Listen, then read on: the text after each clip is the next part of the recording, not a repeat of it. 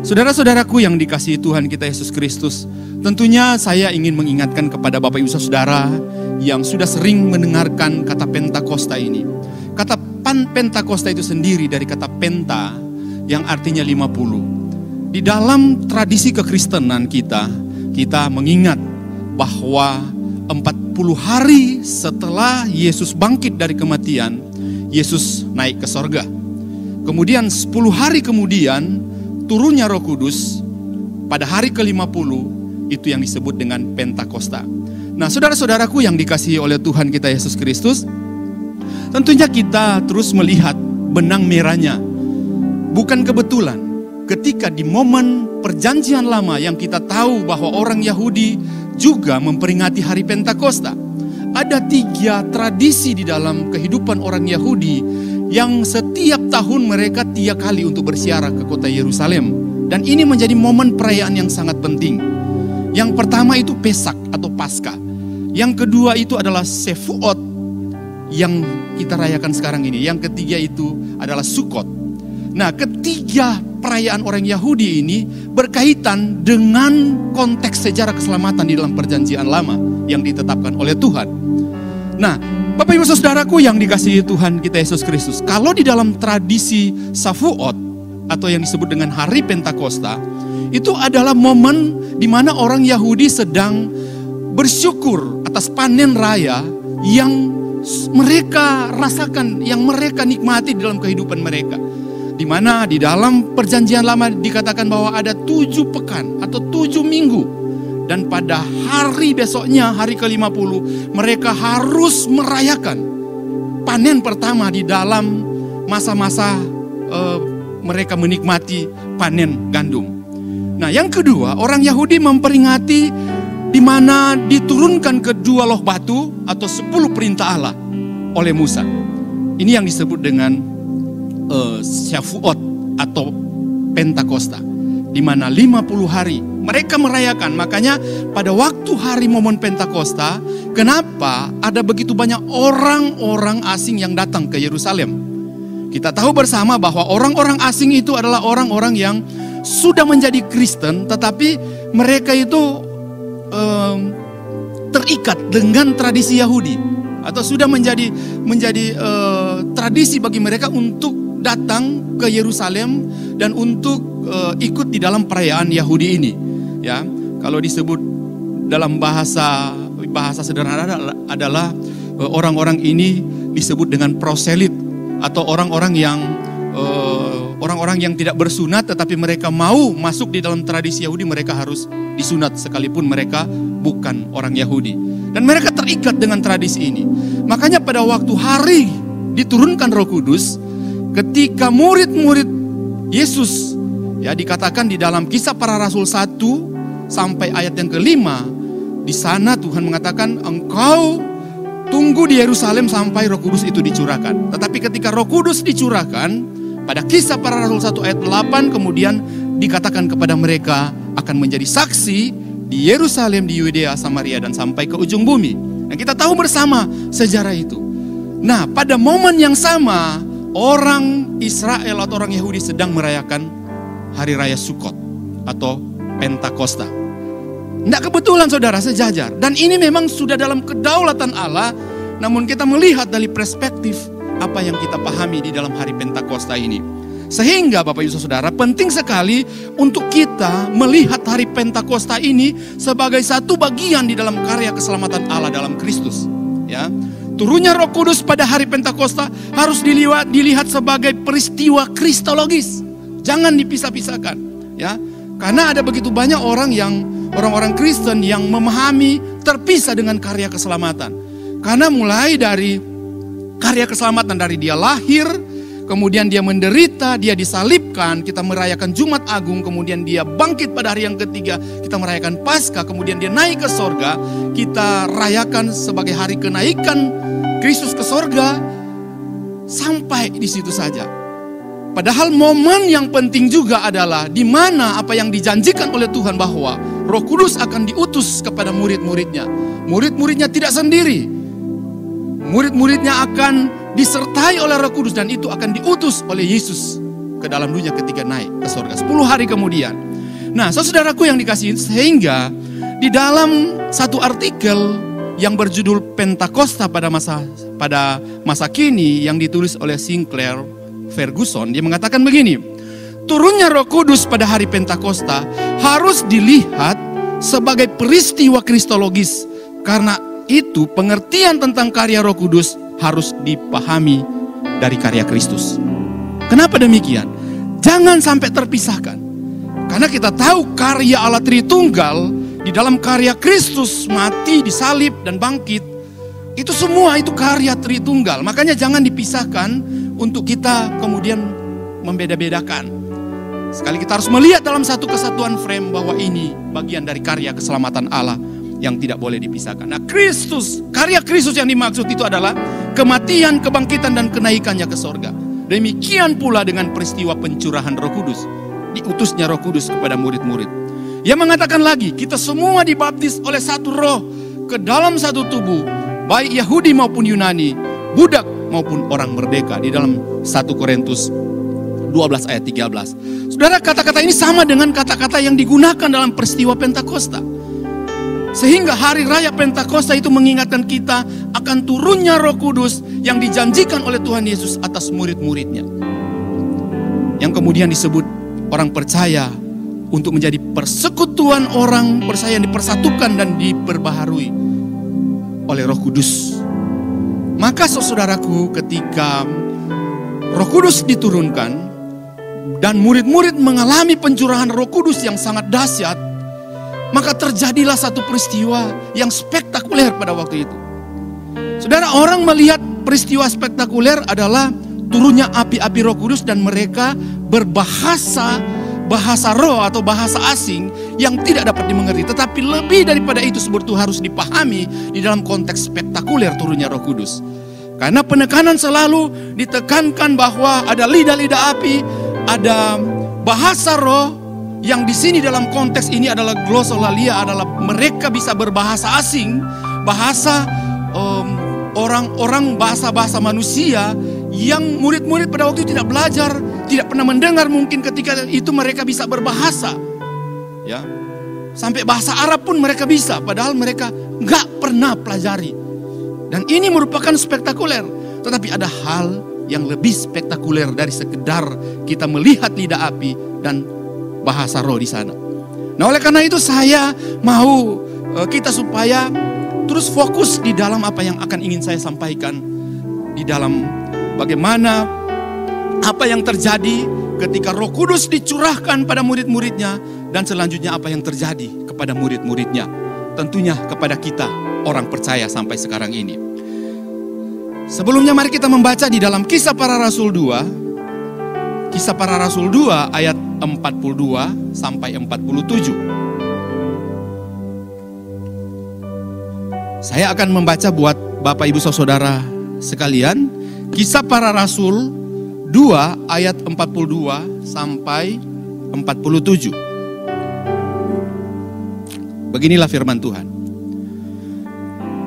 Mereka bertekun dalam pengajaran rasul-rasul dan dalam persekutuan, dan mereka selalu berkumpul untuk memecahkan roti dan berdoa. Maka ketakutanlah mereka semua. Sedang rasul-rasul itu mengadakan banyak mujizat dan tanda. Dan semua orang yang telah menjadi percaya tetap bersatu. Dan segala kepunyaan mereka adalah kepunyaan bersama. Dan selalu ada dari mereka yang menjual harta miliknya, lalu membagi-bagikan kepada semua orang sesuai dengan keperluan masing-masing. Dengan bertekun dan dengan sehati, mereka berkumpul tiap-tiap hari dalam bait Allah. Mereka memecahkan roti di rumah masing-masing secara bergilir dan makan bersama-sama dengan gembira dan dengan tulus hati, sambil memuji Allah, dan mereka disukai semua orang. Dan setiap hari Tuhan menambahkan jumlah mereka dengan orang yang diselamatkan. Nah, saudara-saudaraku yang dikasihi oleh Tuhan kita Yesus Kristus, kita tahu bersama bahwa peristiwa pencurahan Roh Kudus, setiap orang percaya pasti tahu bahwa itu adalah momen awal di mana murid-murid itu menjadi orang yang berbeda, menjadi orang yang sangat luar biasa. Seperti tadi di dalam puji-pujian, Pak James sudah memberitahukan, pada waktu Tuhan Yesus naik, mungkin mereka berpikir sudah ditinggalkan walaupun mereka pulang dengan bersuka cita. Tetapi dikatakan di dalam firman Tuhan pada waktu itu, ketika mereka pulang mereka langsung masuk ke rumah. Kenapa? Mereka berdiam di rumah.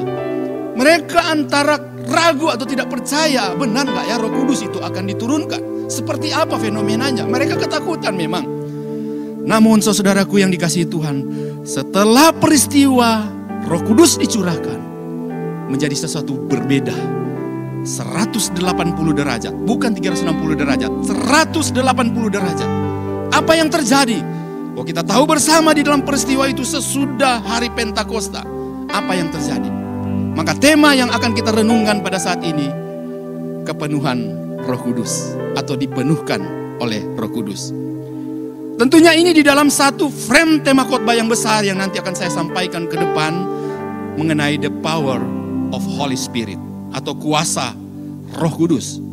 Nah, saudara-saudaraku yang dikasihi oleh Tuhan, kita tahu bersama bahwa di dalam kehidupan gereja Tuhan ada begitu banyak pandangan dan perbedaan mengenai kepenuhan roh. Saya tidak akan menyinggung banyak hal tentang ini karena ini merupakan satu topik yang bagi kita ini sangat menarik. Tetapi mungkin bagi orang lain mengatakan, waduh ini nanti apa lagi yang Pak Feni ingin sampaikan.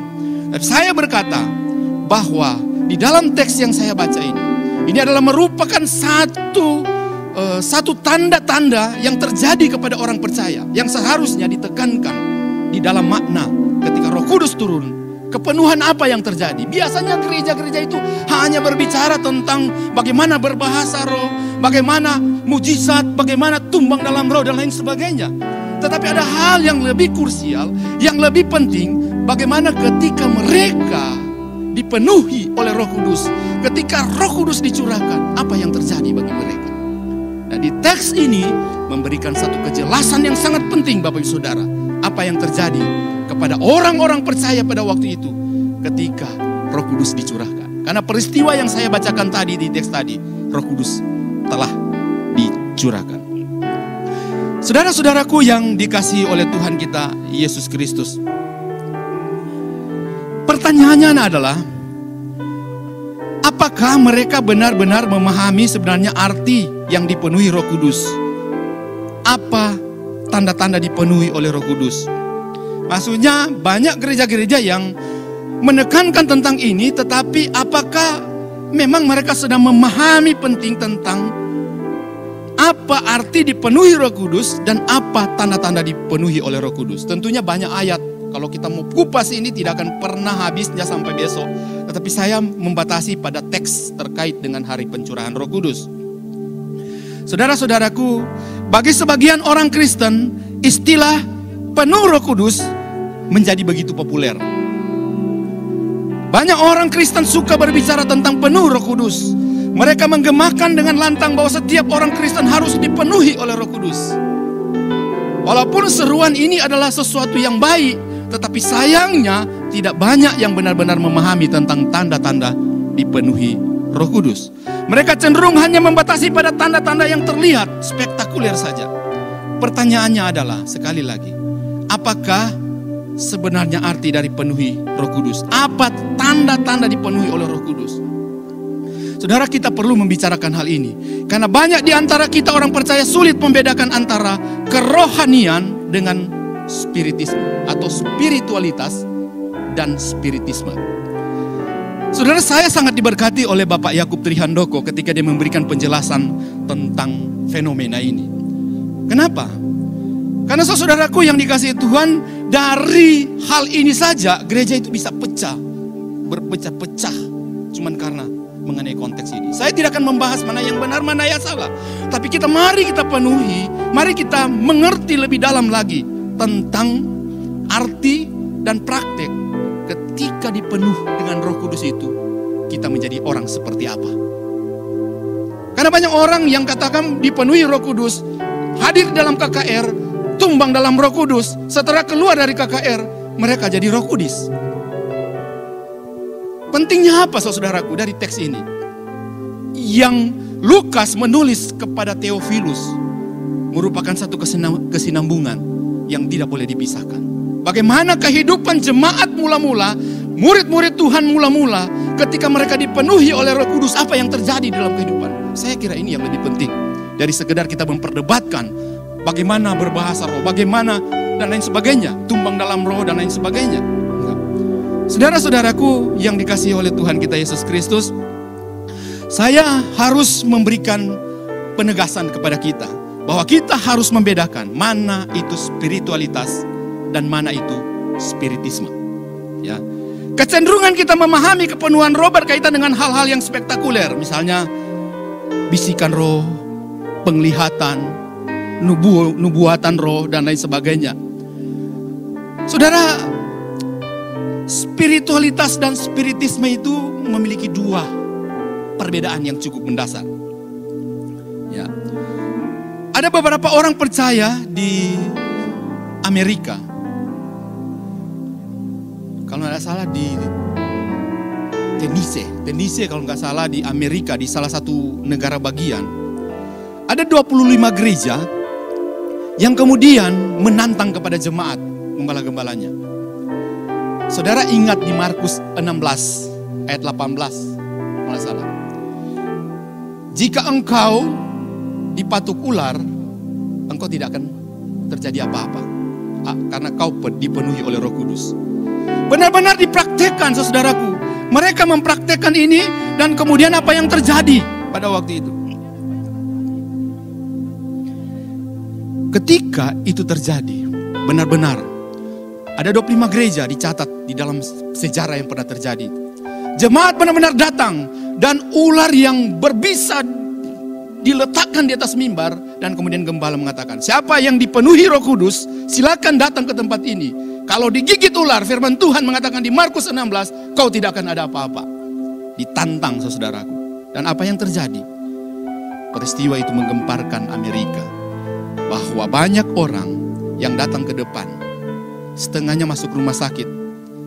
Beberapa itu mati di tempat dan kemudian tidak pernah terjadi apa-apa. Para gembala yang ada pada waktu itu dituntut oleh hukum Amerika. Karena bukan saja mereka melanggar, menghadirkan ular-ular yang dilarang untuk diambil, tetapi mereka menghadirkan, bahkan bukan cuma itu. Katanya orang yang dipenuhi Roh Kudus, kalau dipatuk ular, tidak akan terjadi apa-apa. Wah, karena orang yang dipenuhi Roh Kudus, tapi ternyata saudaraku, ini bukan spiritualitas, tetapi ini adalah spiritisme. Saudara, saya ingat pada waktu saya hadir di dalam sebuah KKR. Kemudian ada seorang hamba Tuhan yang mengambil jasnya, kemudian mutar dan kemudian dia lempar kepada orang dan kemudian orang tumbang. Apa yang terjadi, saudaraku? Ada yang mengklaim ada yang sembuh, ada yang mengklaim bisa berbahasa roh, ada yang mengklaim banyak hal. Tetapi cerita kemudian menjadi berbeda. Kenapa? Karena ada di antara mereka yang patah tulang karena tertindih dengan orang yang rebah. Banyak hal yang terjadi. Orang-orang seperti itu tidak dibina dan akhirnya mereka kembali ke jemaat mereka masing-masing. Kedengarannya mereka tetap merokok juga. Mereka melakukan apa-apa.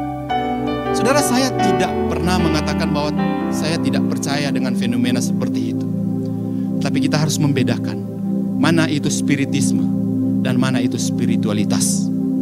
Seharusnya tanda-tanda orang yang dipenuhi Roh Kudus lebih dari sekedar kita memahami tentang orang yang berbahasa roh dan sebagainya. Tetapi kita harus memahami di dalam konteks dia orang seperti apa yang dipenuhi oleh Roh Kudus. Nah, saudara-saudaraku yang dikasihi Tuhan kita Yesus Kristus, bagian di dalam Kisah Para Rasul 42 ayat 47 merupakan gambaran gaya hidup orang percaya pada gereja mula-mula, pada jemaat mula-mula. Yang sangat penting untuk kita perhatikan adalah gaya hidup kekristenan mula-mula. Muncul itu setelah peristiwa apa? Teks kita hari ini menyediakan sebuah pemahaman yang baik untuk menjawab pertanyaan-pertanyaan di atas. Pertanyaan-pertanyaan tentang tanda sejati orang yang dipenuhi Roh Kudus. Secara lebih khusus teks ini muncul tepat setelah dua peristiwa spektakuler. Yang pertama, peristiwa tentang turunnya Roh Kudus kepada 120 orang pada waktu itu. Di Kisah Para Rasul 2 ayat 1-13. Mereka dijamah oleh Roh Kudus dan mereka bisa berbahasa asing. Mereka tidak pernah belajar, tetapi mereka bisa berbahasa asing. Berbahasa negara lain, suku lain yang berbahasa pada waktu itu. Dan dengan spektakuler, mereka bisa dapat mengerti apa yang didengar pada waktu itu. Ini tertanda bahwa memang di dalam konteks ini saya tidak akan menyinggung tentang bahasa roh yang dipraktekkan oleh gereja-gereja sekarang. Tetapi pada awalnya memang itu berkaitan dengan pencurahan Roh Kudus pertama itu untuk memberitahukan tentang bagaimana dahsyatnya Roh Kudus berkaitan dengan apa yang disampaikan oleh Tuhan Yesus kepada murid-muridnya. Bahwa kalau engkau menerima Roh Kudus, engkau akan menerima kuasa dan engkau menjadi saksiku di mana? Di Yerusalem, di Yudea, Samaria dan sampai ke ujung bumi. Berarti Tuhan sedang mempersiapkan mereka untuk pergi sampai ke ujung bumi dan bisa menceritakan tentang kabar baik dengan bahasa-bahasa yang mereka tidak mengerti kepada orang-orang di sekitar sana. Dan benar saudara, kita tahu bersama ketika itu terjadi, Roh Kudus itu dicurahkan, memberitahukan bahwa apa yang terjadi secara spektakuler, mereka bisa mengerti bahasa asing.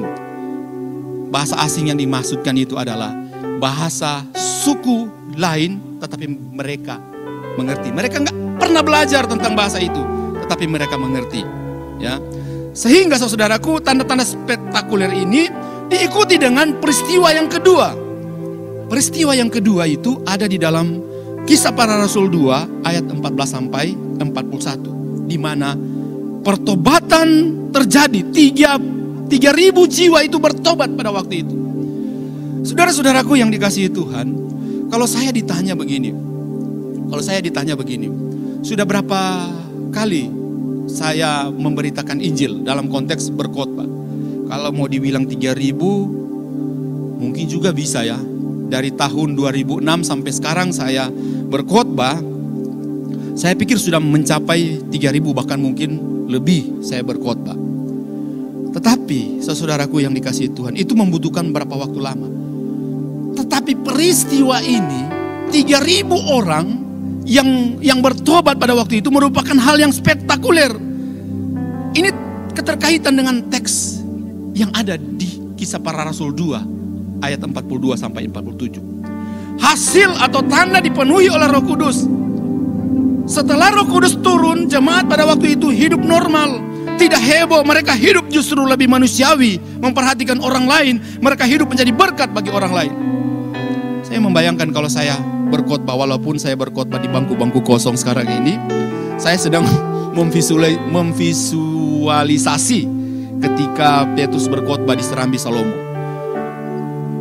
Tuhan telah mengutus dari sejak zaman perjanjian lama bahwa Dia adalah Mesias yang akan datang dan sudah digenapi, bla bla bla bla. Dan kemudian 3.000 orang bertobat di sini. Dulu kan belum banyak manusia. Kalau terjadi di sini, kira-kira heboh nggak satu Batam? Sedangkan orang cuma 2 orang bertobat sih heboh, apalagi kalau 3.000 orang. Tetapi saudaraku yang dikasihi Tuhan, pada waktu terjadi peristiwa setelah Pentakosta, turunnya Roh Kudus dan Petrus berkhotbah 3.000 orang bertobat pada waktu itu, tidak ada kehebohan yang terjadi, saudara. Coba saudara baca di dalam Alkitab, nggak ada yang euforia. 3.000 orang itu kalau mereka jalan-jalan di jalan-jalan protokol itu luar biasa ramenya. Tapi di sini tidak ada fenomena yang seperti euforia yang terjadi, enggak. Mereka biasa saja. Mereka santai saja, hidup normal. Justru yang terjadi itu adalah mereka hidup lebih manusiawi, saudara. Mereka lebih memperhatikan orang lain. Mereka hidup menjadi berkat bagi orang lain. Itu yang terjadi. Maka oleh karena itu, tanda-tanda orang yang dipenuhi Roh Kudus, sebetulnya kita harus pahami dengan apa yang terjadi di jemaat mula-mula. Inilah yang dimaksudkan tanda hidup di dalam kepenuhan Roh Kudus. Jika poin ini saudaraku kita terima, dan saya percaya ini merupakan satu hal yang sungguh luar biasa untuk pesan kita di masa-masa pandemi virus corona, ketika kita melihat dalam konteks ini, tentu kita akan menarik satu tafsiran secara rohani untuk melihat bahwa kalau kita sudah mengaku percaya kepada Tuhan Yesus, kita sudah ada Roh Kudus dalam hidup kita. Sebetulnya kita sudah dipenuhi Roh Kudus. Dan tanda-tanda engkau sudah dipenuhi Roh Kudus seperti yang terjadi di Kisah Para Rasul 2 ayat 52-47. Lebih memperhatikan orang lain, lebih melihat, memperhatikan orang yang berkesusahan dan lain sebagainya. Karena ini adalah bagian dari tanda-tanda Roh Kudus. Kalau kita mau gali dari aspek yang lebih luas, tanda-tanda kepenuhan Roh Kudus ada di Galatia. Tentang buah-buah roh, kasih, sukacita, damai sejahtera. Itu adalah merupakan bagian dari tanda-tanda engkau dipenuhi oleh Roh Kudus. Ada buah-buah roh. Dan ini dinyatakan oleh tradisi kehidupan jemaat mula-mula. Bagaimana di dalam situasi seperti ini memperlihatkan bahwa turunnya Roh Kudus sehingga murid-murid dipenuhi Roh Kudus. Dan pada waktu itu murid-murid menjadi berani untuk mengabarkan berita Injil. Dan buktinya Petrus memberitakan Injil dan berkhotbah 3.000 orang bertobat. Tidak terjadi sesuatu hal yang luar biasa, enggak. Saudara-saudaraku yang dikasihi Tuhan, fenomena seperti ini tentunya kita harus lihat di dalam sudut pandang bahwa sebetulnya saudara dan saya yang sudah ada Roh Kudus seharusnya memiliki satu kepekaan roh yang namanya di dalam hati kita. Ya, kepekaan roh di mana kita adalah orang-orang yang betul sudah lahir baru, sudah ada Roh Kudus dan kita sudah dipenuhi oleh Roh Kudus, dan apa yang kita lakukan itu adalah untuk melihat hal-hal yang baik. Nanti saya akan memberitahukan bahwa bagaimana tanda-tanda yang terjadi. Saya akan paparkan lebih jelas lagi. Saudara-saudaraku yang dikasihi Tuhan, seharusnya ketika terjadi yang namanya kepenuhan Roh Kudus, kita harus lebih peka terhadap siapakah diri kita, identitas diri kita yang sebenarnya di hadapan Tuhan. Saya heran, ketika saya sedang mempersiapkan khotbah ini, saya melihat begitu banyak pengkhotbah di YouTube. Bahkan salah satu yang saya dapatkan unik, ketika ada seorang pengkhotbah itu mengatakan bahwa baju jas yang dia pakai itu berharga berapa? Kalau nggak salah tadi pokoknya itu kalau saya tafsirkan itu di dolar itu sekitar 14 juta jas. Saya coba lihat channelnya, dan di dalam khotbah-khotbahnya dia menekankan tentang Roh Kudus, tentang urapan Roh Kudus, tentang kepenuhan Roh Kudus, tetapi kehidupannya lebih ke tanda-tanda hidup yang duniawi, saudaraku. Saya tidak nentang hamba Tuhan itu pakai jas mahal, saya tidak nentang hamba Tuhan pakai jam mahal, enggak. Tetapi kalau orientasi kita itu merujuk kepada hal-hal yang sifatnya orang menilai kita adalah orang yang duniawi, buat apa kita berkhotbah tentang kepenuhan roh? Karena banyak hamba-hamba Tuhan yang kemudian mengklaim bahwa mereka itu mendapatkan urapan Roh Kudus dan mereka berkhotbah tentang kepenuhan Roh Kudus, tetapi justru di dalam kehidupan mereka, jemaat lebih melihat mereka lebih duniawi. Kenapa? Karena mereka yang mereka tekankan adalah materi dan lain sebagainya, gaya hidup yang hedonisme dan lain sebagainya. Saudara, saya punya pengalaman waktu saya melayani di salah satu gereja di Semarang. Ya, saya tidak sebut gerejanya karena ini nanti akan disebarkan di YouTube. Saya cuma mau mengatakan bahwa salah satu gereja itu adalah gereja yang menekankan bahasa roh, urapan Roh Kudus. Saya tahu juga GSJA itu menekankan itu. Tapi saya tidak menyinggung GSJA karena saya juga jadi keluarga GSJA. Enggak. Saya cuma melihat ketika dia berkhotbah, dia mengatakan, saudara itu dipenuhi Roh Kudus. Saudara itu harus betul-betul dipenuhi Roh Kudus. Tanda-tanda saudara dipenuhi Roh Kudus adalah saudara berbahasa roh. Saudara harus bernubuat. Saudara harus, pokoknya macam-macam dia bilang. Selesai dia khotbah, sore hari kami dapat berita. Kenapa? Pendeta yang khotbah tadi di Pemuda, yaitu khotbah di Pemuda, ditangkap polisi. Kenapa? Terlibat narkoba. Saudara-saudaraku, hal-hal semacam ini saya lihat itu ironis sekali. Maka lebih baik kita melihat dari sisi bahwa orang yang dipenuhi Roh Kudus adalah orang-orang yang benar melihat identitasnya sama seperti yang Roh Kudus inginkan. Sama seperti yang Yesus Kristus inginkan. Untuk itulah tujuan ketika Roh Kudus turun, untuk supaya kita ini peka terhadap suara Roh Kudus, dalam pengertian bukan mendengar kemudian Roh Kudus, ya hambaku, bukan seperti itu. Peka dalam pengertian apa yang terjadi di dalam konteks buah-buah Roh Kudus, di dalam konteks apa yang kemudian menekankan tentang kebenaran Kristus. Karena Roh Kudus diutus untuk supaya kita mengenal kebenaran, supaya kita dapat membedakan mana yang tidak benar, mana yang benar. Saudara-saudaraku yang dikasihi Tuhan, sebetulnya kerohanian itu apa sih? Dipenuhi Roh Kudus itu apa? Saudara, saya tertarik dengan apa yang dikutip oleh Pak Pendeta Yakub Trihandoko, karena Pak Pendeta ini adalah pendeta favorit saya, juga dosen saya. Dia sangat banyak mengajar kepada saya. Dia mengatakan begini, sebetulnya semakin rohani seseorang, semakin manusiawi. Semakin rohani seseorang itu adalah semakin manusiawi. Saudara-saudaraku, saya melihat perkataan ini sungguh sangat benar. Kenapa? Jadi kalau ada orang yang mengaku rohani tetapi orang lain itu tidak bisa kumpul, memandang rendah orang lain, menganggap orang lebih berdosa, cuma mereka rohani, lebih banyak kumpul dengan mereka, mungkin mereka lebih banyak kumpul dengan malaikat. Karena ketika mau kumpul dengan orang-orang yang layaknya rendahan, mereka nggak mau. Itu banyak sekali. Orang-orang yang katanya rohani, tetapi mau dekat dengan orang yang level dalam tanda kutip dalam ukuran dunia, kelas bawah. Mereka mengatakan, enggak, ada pengemis yang datang, keluar ke sana, keluar. Semodel seperti apa yang kita harapkan daripada orang-orang yang dipenuhi oleh Roh Kudus? Enggak. Justru orang yang dipenuhi Roh Kudus adalah orang yang mau kumpul dengan orang-orang berdosa. Karena untuk itulah kita diutus. Kita memang dari dunia, tetapi kita diambil dari dunia. Dan kita akan diutus kepada dunia, tetapi kita tidak sama seperti dunia. Itu kan kata Yesus kepada murid-muridnya. Dia berdoa kepada Bapa. Dia mengatakan, Bapa, aku tahu mereka dari dunia, aku ambil mereka dari dunia, tetapi aku akan utus mereka kepada dunia, tetapi mereka tidak hidup sama seperti dunia. Beda, tidak hidup sama seperti dunia bukan berarti kita tidak hidup di dalam dunia dan menjadi terang kepada dunia. Nih saudaraku yang dikasihi Tuhan, inilah yang akan kita pelajari pada hari Pentakosta ini. Apa tanda-tanda orang yang dipenuhi Roh Kudus di dalam teks yang sudah kita bacakan tadi.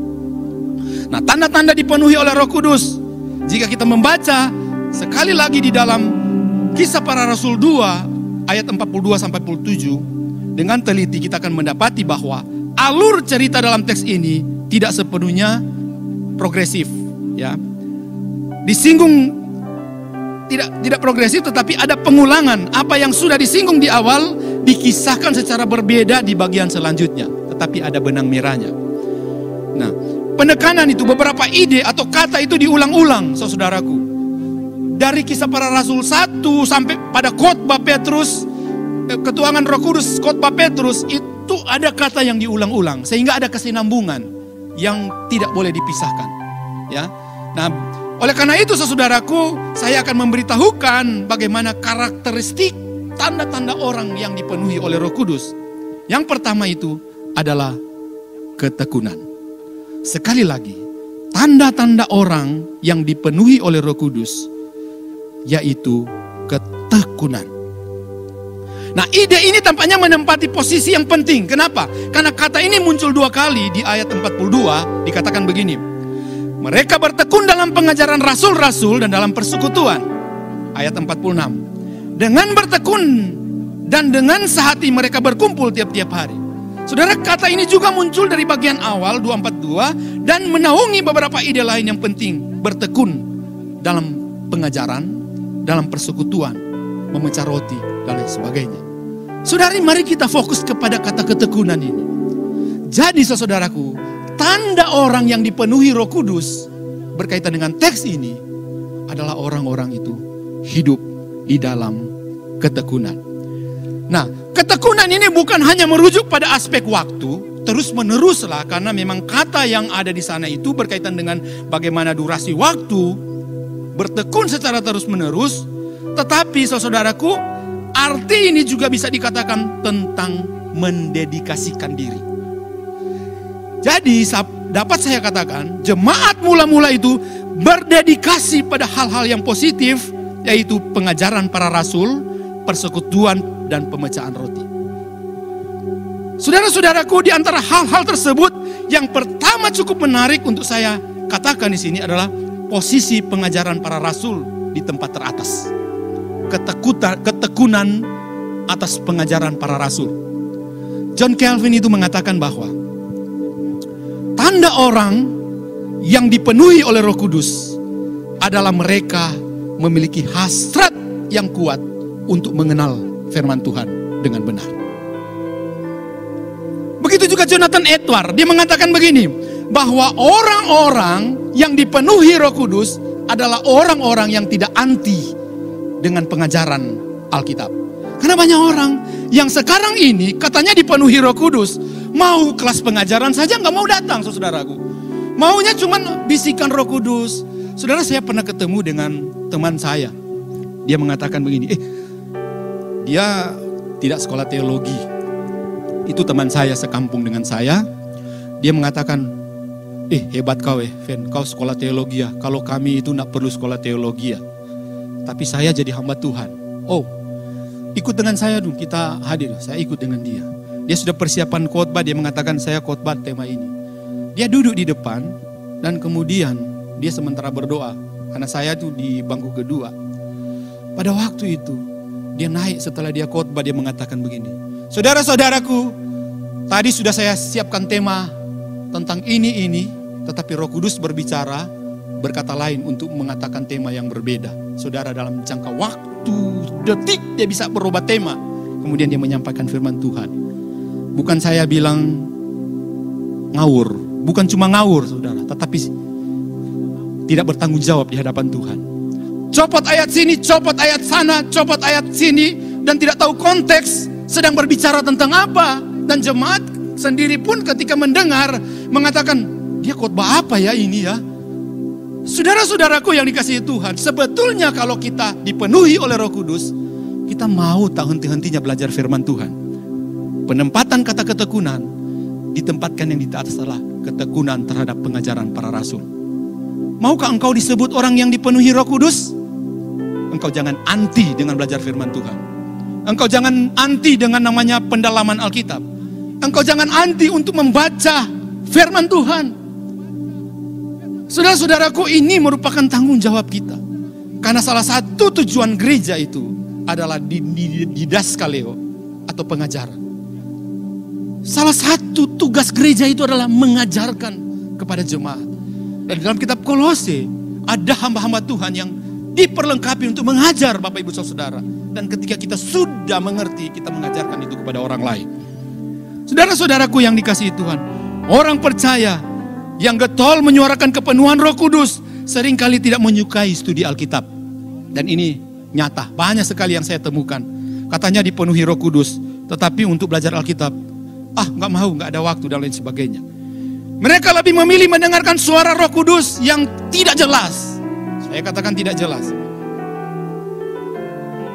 Saya pernah bertemu dengan orang-orang model seperti ini di dalam khotbahnya, dan ini bukan lagi satu rahasia buat saudara dan saya, dan sering ini berkumandang. Ketika dia berkhotbah, dia mengatakan, Roh Kudus bersuara kepada saya bahwa wanita yang di depan ini akan menjadi istriku. Ternyata dia punya suami di samping, saudaraku. Seperti apa seperti ini? Jadi saudaraku, marilah kita dengan rendah hati untuk bertekun di dalam apa? Di dalam iman kita, bertekun di dalam pengajaran firman Tuhan, dalam pengertian kita tekun untuk terus-menerus belajar, berdedikasi. Kenapa? Ini adalah bagian dari tanda engkau dipenuhi oleh Roh Kudus. Karena kalau tidak demikian, seperti apa kita? Seperti apa? Saudara-saudaraku yang dikasihi Tuhan, maka ada teman mengatakan, buat apa sekolah teologi yang gak perlu sekolah teologi menjadi hamba Tuhan? Memang benar. Murid-murid juga tidak belajar kok, tidak sekolah tinggi-tinggi. Ya memang benar, murid-murid tidak sekolah, tapi mereka belajar 3,5 tahun. Itu S1 itu, 3,5 tahun itu. Mereka belajar mengalami, melihat, mendengarkan Yesus mengajar ke mereka. Maka ketika Yesus mempersiapkan mereka, lebih diperlengkapi ketika Roh Kudus turun kepada mereka. Ada yang gagal murid-murid, ada yang gagal. Tetapi diingatkan kembali tentang ketekunan ini sangat penting buat kita. Tekun dalam iman kita. Yang kedua, tanda yang kedua, bagaimana kita dipenuhi oleh Roh Kudus di dalam Kisah Para Rasul 2 ini, ayat 42 sampai 47 adalah kebersamaan. Yang saya istilahkan itu senasib dan sepenanggungan. Nah, ide ini muncul melalui beragam cara. Yang pertama itu adalah persekutuan atau koinonia. Di ayat 42 itu muncul dan ayat 44. Di ayat 42 dikatakan mereka bertekun dalam pengajaran rasul-rasul dan dalam persekutuan, garis bawahi kata persekutuan. Itu diterjemahkan koinonia. Dari kata dasar yang sama itu muncul di ayat 44. Dan semua orang yang telah menjadi percaya tetap bersatu. Kata tetap bersatu ini di dalam bentuk bahasa aslinya itu kata dasarnya koinonia atau koine, persatuan. Jadi saudaraku, tanda orang yang dipenuhi Roh Kudus yang kedua adalah kebersamaan. Kebersamaan dalam arti apa? Ini kemiripan saudaraku. Arti kata persekutuan ini lebih diterjemahkan kepada pengertian bahwa mengambil bagian di dalam kesulitan orang lain. Persekutuan ini merasa peka untuk mengasihi orang lain. Persekutuan ini merasa iba dengan apa yang dialami orang lain di dalam satu persekutuan. Sebagai jemaat Tuhan, tentunya kita harus memiliki kepekaan ini, ya. Dikatakan di dalam, seperti dikatakan di dalam Filipi 1 ayat 5 dikatakan begini. Aku mengucap syukur kepada Allahku karena persekutuanmu dalam berita Injil mulai dari hari ini pertama sampai sekarang. Berarti ada semacam mengambil bagian berhubungan dengan ketekunan tadi. Di Roma 15 ayat 26 dikatakan sebab Makedonia dan Akaya telah mengambil keputusan untuk menyumbangkan sesuatu kepada orang miskin. Ya, di antara orang-orang kudus di Yerusalem itu juga memakai kata yang sama, kata dasar yang sama, koinonia. Berarti kata koinonia ini lebih dari sekedar kita mengerti tentang persekutuan. Tetapi di dalam persekutuan itu ada tali kasih, ada saling menasihati, ada saling membantu, adalah saling menolong di sana. Ada kepekaan secara rohani. Kalau kita cuma hanya egois, kita cuma mementingkan diri sendiri, bagaimana dengan konteks ini? Ketika murid-murid dicurahkan Roh Kudus, mereka mengalami kepenuhan Roh Kudus, hidup mereka berubah di dalam persekutuan. Mereka lebih peka kepada kebutuhan orang lain. Mereka lebih peka untuk menolong orang lain dalam hal ini. Jangan menjadi orang yang egois. Karena ini penting. Berarti salah satu indikasi tanda orang yang dipenuhi Roh Kudus, Allah dia lebih peka di dalam hal masalah senasib dan sepenanggungan. Saudara-saudaraku yang dikasihi Tuhan. Jadi aspek ini tampaknya mendapat cukup sorotan tentang bagaimana kita harus saling di dalam jemaat Tuhan, ya. Karena ini jelas sekali ketika dijelaskan di pasal 44 sampai 45, dikatakan 45 Kisah Para Rasul 2 ayat 45 mengatakan begini. Dan selalu ada dari mereka yang menjual harta milik mereka lalu membagi-bagikan kepada semua orang. Dengan bertekun saat mereka berkumpul tiap-tiap hari dan terus mereka ada kesatuan roh di sana, ya. Jemaat menyadari bahwa apa yang mereka miliki adalah milik bersama. Kepekaan untuk saling menolong satu dengan yang lain. Untuk melihat kebutuhan orang lain. Praktek ini diteruskan di periode lain di dalam Kisah Para Rasul. Dorongan untuk memberi sedemikian besar harus dipahami sebagai hasil pekerjaan Roh Kudus. Secara khusus apa yang dialami oleh gereja mula-mula. Ada pengorbanan yang diwujudkan karena mereka adalah bagian dari sesama umat Tuhan untuk berbagi. Dan ini kalau bukan pekerjaan Roh Kudus, nggak akan pernah terjadi. Ingat pada waktu Roh Kudus belum dicurahkan, Mereka murid-murid itu saling menyalahkan satu dengan yang lain. Walaupun mereka berkumpul, mereka masih egois. Tetapi ketika Roh Kudus dicurahkan, dan apalagi 3.000 orang bertobat, terjadilah satu persekutuan jemaat mula-mula. Roh Kudus, mereka dipenuhi oleh Roh Kudus. Dan bagian ini merupakan bagian dari tanda dipenuhi Roh Kudus, yaitu mereka lebih peka terhadap orang lain di dalam satu koinonia, di dalam satu persekutuan orang percaya. Saudara-saudaraku, kebersamaan ini terlihat dari praktek bagaimana juga mereka memecahkan roti dan lain sebagainya. Kebersamaan ini ditunjukkan di dalam Kisah Para Rasul selanjutnya di dalam kitab ini untuk memberitahukan bahwa mereka benar-benar peka terhadap sesuatu yang berkaitan dengan persekutuan sesama jemaat. Kerinduan terhadap ibadah bersama terpenting. Pertemuan rohani itu menyiratkan kualitas komunitas ini. Mereka lebih peka terhadap hal-hal rohani. Saudara-saudaraku yang dikasihi Tuhan, mungkin pada peristiwa sekarang ini berkaitan dengan pandemik virus corona, kita tidak melakukan ibadah konvensional persekutuan di dalam konteks ibadah dalam gereja ini. Sekarang yang ditunjukkan itu sebetulnya ketika kita berdiam di rumah, kita mungkin lebih peka di dalam hal-hal seperti ini. Karena ini merupakan bagian ujian yang Tuhan izinkan terjadi di dalam kehidupan saudara dan saya. Bagaimana engkau peka secara rohani untuk melihat di dalam satu konteks persekutuan ini. Untuk saling membagi berkat satu dengan yang lain. Menasihati satu dengan yang lain. Yang ketiga, tanda yang ketiga yang saya dapat dari teks ini, yaitu mereka itu memiliki hati yang tulus dalam kebaikan. Berarti saudaraku, mereka bukan munafik. Saudara, tanda orang yang telah dipenuhi Roh Kudus, hati mereka sebetulnya menjadi hati yang tulus. Tetapi sekarang ini, seperti Bapak Gembala pernah menyampaikan, bagaimana sebetulnya ketulusan hati itu menentukan bagaimana kita dinilai oleh orang, bahwa engkau itu adalah benar-benar murid Kristus.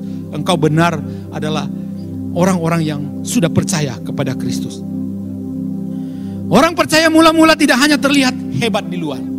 Mereka hebat di dalam konteks saling dalam persekutuan, dalam kebaikan mereka, di dalam memperhatikan banyak hal. Mereka bukan cuma hebat di luar ketika orang-orang melihat, tetapi mereka hebat di dalam. Kenapa hebat di dalam? Karena hati mereka terus dekat dengan Tuhan. Hati mereka terus melihat kepada sesama. Jadi dua unsur ini yang diajarkan Kristus kepada murid-muridnya. Kasihilah Tuhan Allahmu dengan segenap hatimu, dengan segenap jiwamu, dengan segenap akal budimu, dan kasihilah sesamamu manusia seperti kau mengasihi dirimu sendiri. Betul terpatri, betul-betul mereka lakukan. Roh Kudus menyatakan kebenaran ini kepada mereka, sehingga mereka memiliki hati di dalam kebaikan. Mereka tidak munafik di dalam menolong orang lain. Saudara-saudaraku, walaupun memang kebersamaan ini mendapatkan tempat di dalam Kisah Para Rasul ini, yang terpenting justru adalah hati. Sekali lagi, walaupun kebersamaan itu mendapatkan tempat yang unik di dalam Kisah Para Rasul ini, bagaimana mereka membagi berkat dan lain sebagainya, tetapi sorotan Lukas di sini merujuk kepada hati yang tulus, bagaimana jemaat itu bisa menolong orang lain. Kenapa? Karena ketahuan. Roh Kudus itu sangat tahu mana orang yang munafik, mana yang tidak. Peristiwa apa yang saudara tahu ketika ada orang di antara mereka gereja mula-mula yang tidak munafik? Ketika menjual tanah dan kemudian apa yang terjadi?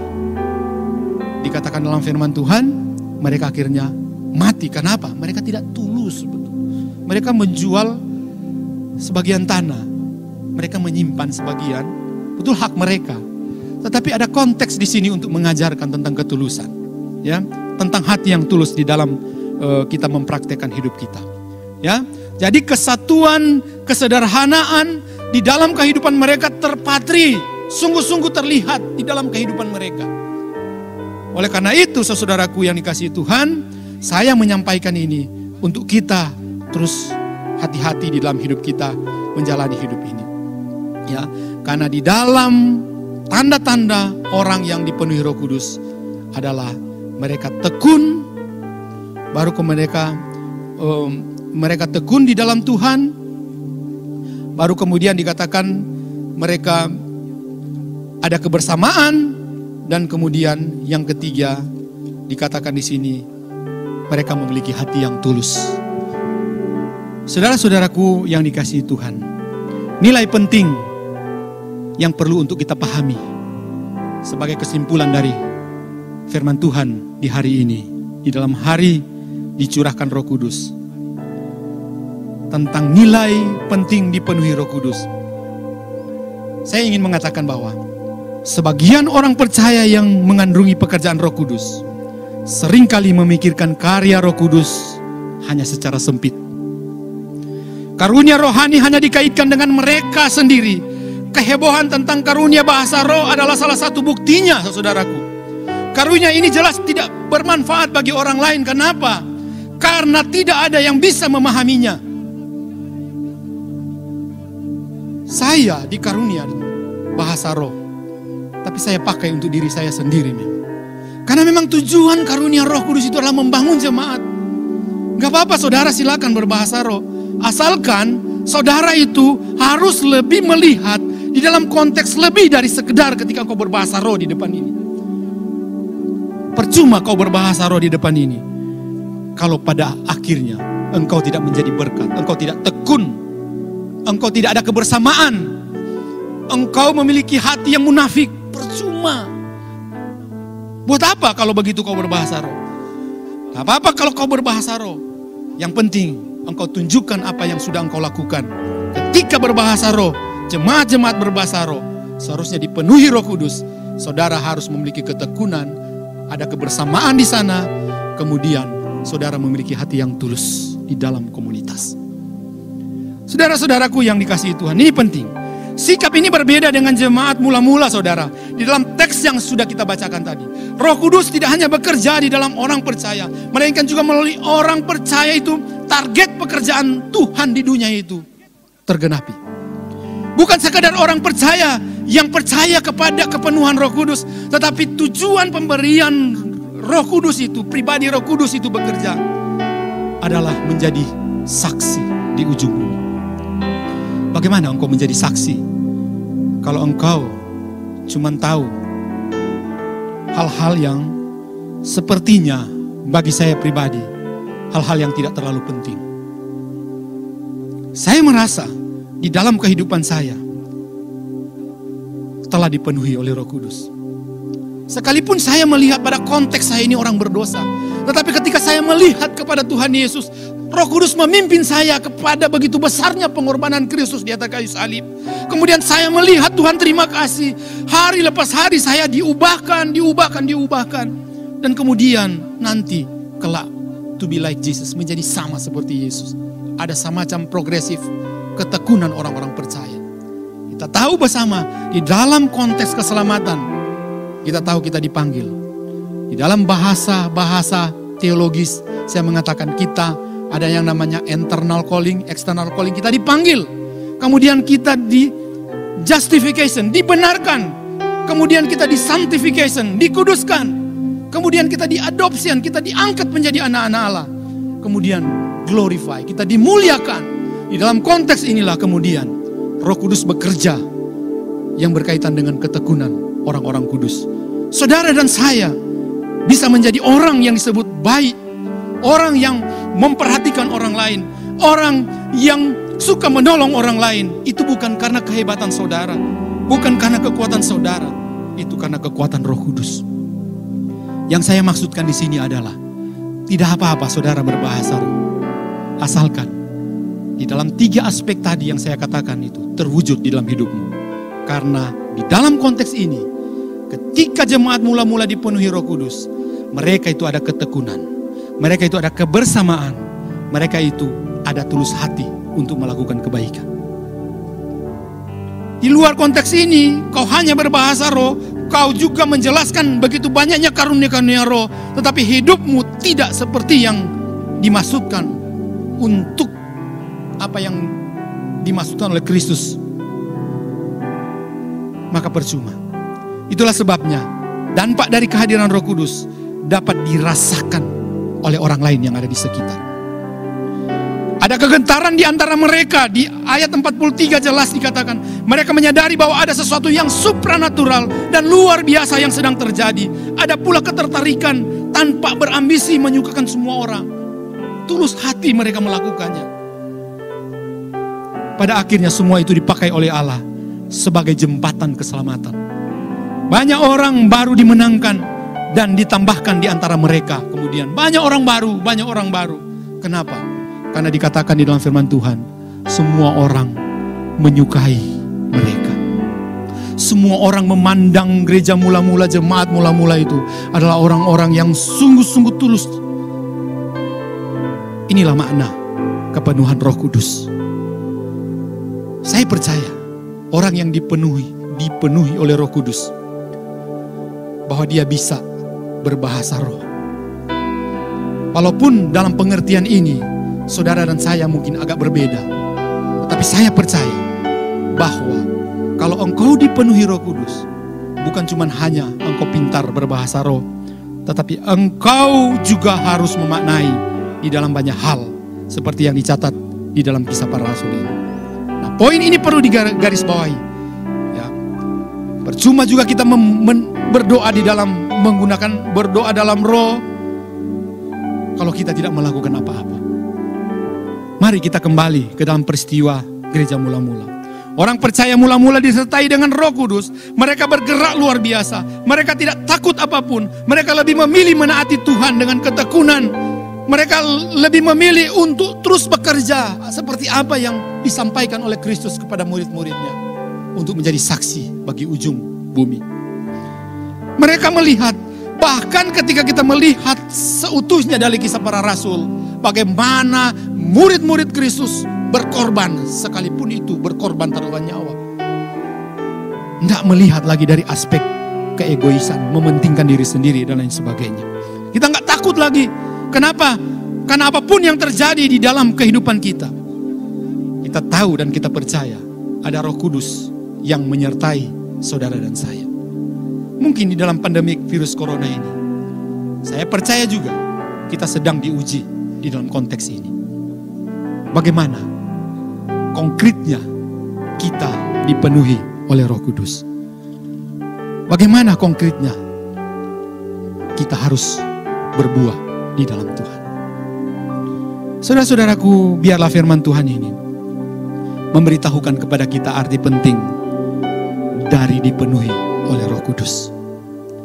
Saya tidak menentang sekali lagi tentang bahasa roh, tidak.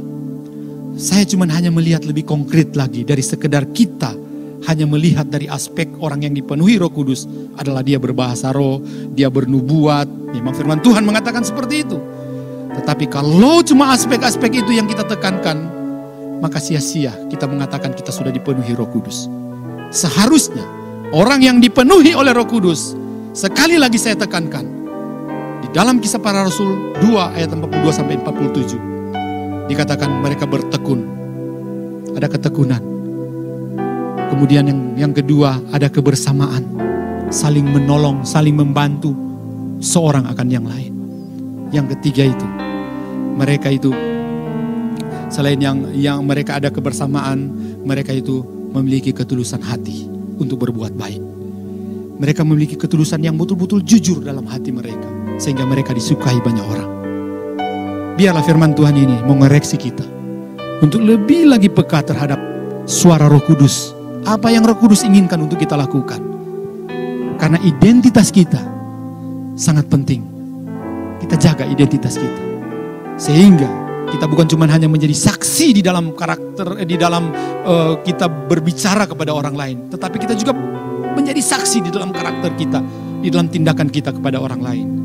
Sehingga dengan cara hidup kita, sama yang disebutkan di cara hidup gereja mula-mula, banyak orang yang diberkati dengan firman Tuhan ini. Biarlah firman Tuhan ini menjadi berkat bagi saudara dan saya. Tuhan Yesus memberkati.